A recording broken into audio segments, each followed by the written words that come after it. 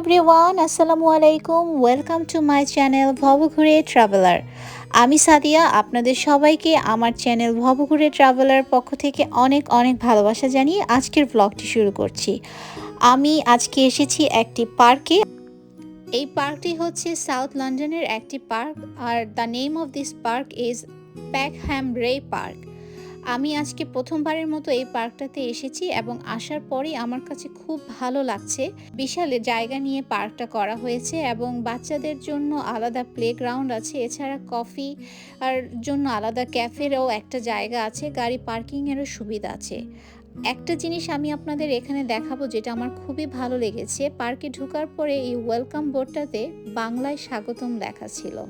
ভালো লাগে এবং আমি অনেকটা ইমোশনাল হয়ে যাই, কারণ একজন বাঙালি হিসেবে আমার ভাষা, আমার দেশ আমার কাছে অনেক গর্বের। আর যখন দেখি দেশের বাইরে অন্য একটা কান্ট্রিতে আমাদের দেশের ভাষাটাকে তারা বিভিন্ন পাবলিক প্লেসে ব্যবহার করছে, এটা নিঃসন্দেহে একজন বাঙালি হিসেবে আমার কাছে অনেক বেশি আনন্দের, অনেক বেশি গর্বের। সো আমি তো পার্কটার ভিতরে অলমোস্ট ঢুকে গেলাম। এখন দেখি আস্তে আস্তে আমি ভিতরে কি আছে সেটা আপনাদের সাথে দেখানোর চেষ্টা করব।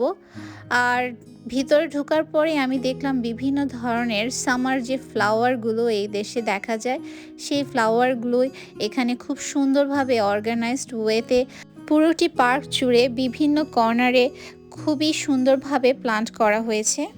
আমার ব্লগগুলো আপনারা অনেকেই খুব পছন্দ করেন এবং সেটার পজিটিভ ফিডব্যাকগুলোই আমার কাজের উৎসাহটা আরও অনেক বেশি বাড়িয়ে দেয়। যারা আমার চ্যানেলে আজকে নতুন এবং আমার ব্লগটি প্রথমবারের মতো দেখছেন, আপনাদেরকে অনুরোধ করব, যদি ভালো লাগে আমার কন্টেন্টগুলো তাহলে প্লিজ আমাকে জানাবেন এবং আমার চ্যানেলটা সাবস্ক্রাইব করতে ভুলবেন না।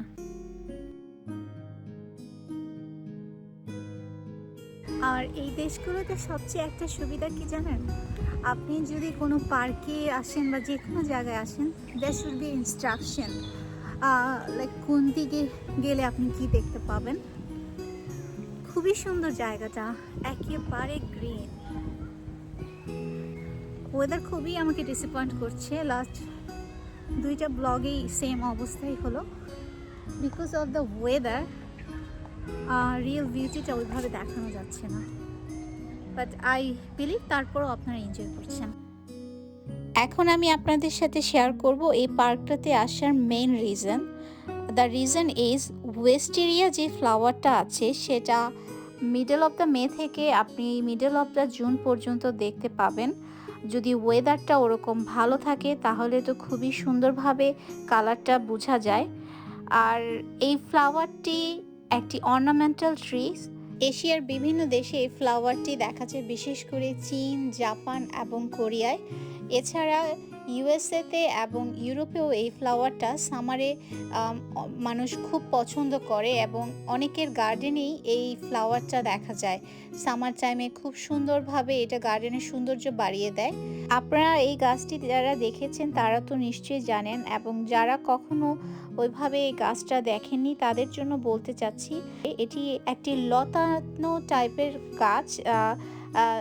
আমাদের দেশে অনেক ধরেন আমরা বিভিন্ন ধরনের গেট ফুল ফ্লাওয়ার দেখি না, যেরকম মাটি থেকে গাছটা আস্তে আস্তে বিভিন্ন, যদি আপনার কোনো বাসার গেটে বা গার্ডেনে দেন, আস্তে আস্তে গাছটা ছড়িয়ে পড়ে। এই গাছটা ঠিক ওই জাতেরই একটি গাছ, বাট এইটার একটা বিশেষত্ব হচ্ছে এটা আপনার ইউজুয়ালি 66 ফিট পর্যন্ত এই গাছটা ক্লেম করতে পারে। যদি আপনি ওয়াইডের কথা চিন্তা করেন তাহলে এটা 30 থেকে 33 ফিট পর্যন্ত ইউজুয়ালি এই গাছগুলো ছড়িয়ে পড়ে। আর পৃথিবীর সবচেয়ে বড় ওয়েস্টেরিয়া ফ্লাওয়ারটা এই মুহূর্তে আমার জানা মতে সেটা হচ্ছে ক্যালিফোর্নিয়াতে। আপনারা অনেকেই হয়তো জানেন সেই গাছটি সম্পর্কে। গাছটির প্রায় 1 একর এরিয়া নিয়ে এবং গাছের ওয়েট হচ্ছে 250 টনেরও বেশি।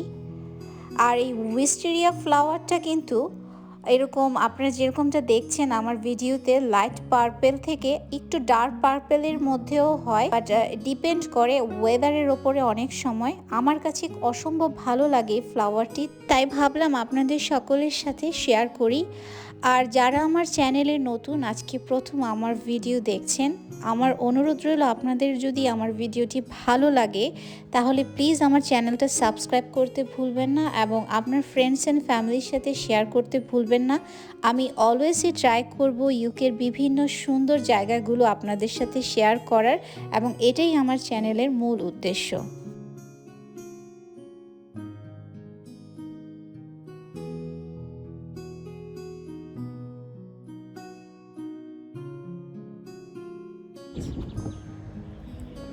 সান নেই তো তাই কালারটা ওইভাবে বোঝা যাচ্ছে না। It's a very light purple colour.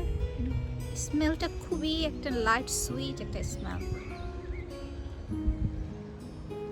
সুন্দর গার্ডেনটা। এই পাশটাতেও বসার জায়গা আছে, কিছু বেঞ্চ আছে বসার মতো।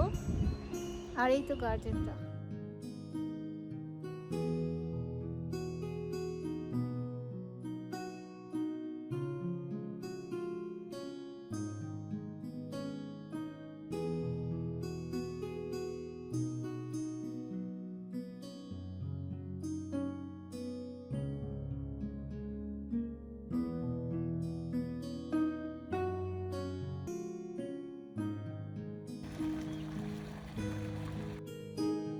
যদিও লন্ডনে খুব বেশি জায়গা নেই যেখানে আপনি একসাথে এরকম একটা লং এরিয়া জুড়ে ওয়েস্টেরিয়া ফ্লাওয়ারটা দেখতে পাবেন।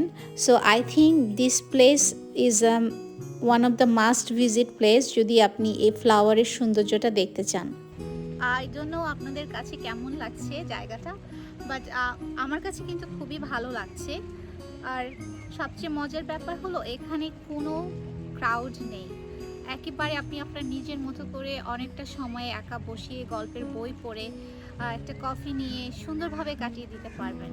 আপনারা দেখতেই পাচ্ছেন গাছের ফ্লাওয়ারের কালারগুলো একটু চেঞ্জ হয়ে গিয়েছে। It's because of the weather, because এই সময়টাতে কিন্তু এটা ফুল কালার থাকে আর একটু ডার্ক পার্পেল হয় এবং খুবই সুন্দর লাগে দেখতে ইউজুয়ালি।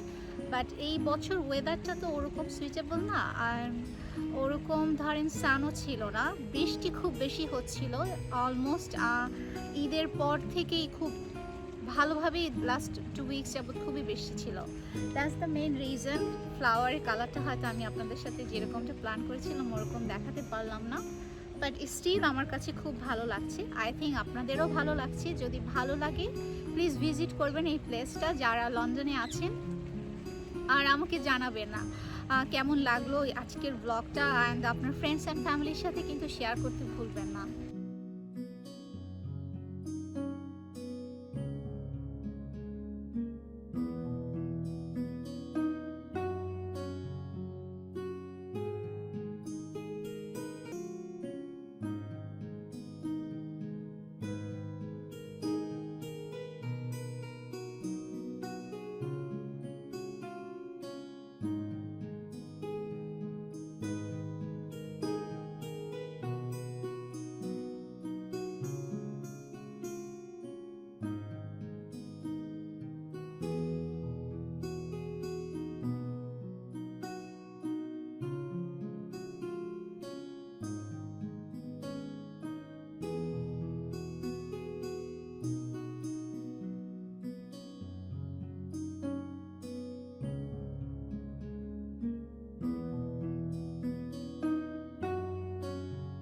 সো আই হোপ আজকের ব্লগটি আপনারা এনজয় করেছেন, আর যদি ভালো লাগে আপনার ফ্রেন্ডস অ্যান্ড ফ্যামিলির সাথে শেয়ার করতে ভুলবেন না, আমাকে জানাতে ভুলবেন না আজকের ব্লগটা কেমন ছিল। আমি চেষ্টা করেছি যতটুকু সম্ভব এই গার্ডেনের সৌন্দর্যটা আপনাদের সাথে দেখানোর। আর যেটা এতক্ষণ আমি অলরেডি বলেছি যে ইউকের খুব বেশি জায়গায় তো ওয়েস্টেরিয়া ফ্লাওয়ারটা ওইভাবে দেখা যায় না, যতটুকু দেখা যায় সেটাই আমি শেয়ার করার চেষ্টা করেছি। আশা করি ভালো লেগেছে আপনাদের, আর ভালো থাকবেন সবাই। এতটা সময় নিয়ে যারা আমার পুরোটি ভিডিও দেখলেন আপনাদের সবাইকে অসংখ্য ধন্যবাদ। ইনশাল্লাহ খুব শীঘ্রই নতুন আরও একটি ব্লগ নিয়ে দেখা হবে। আল্লাহ হাফেজ।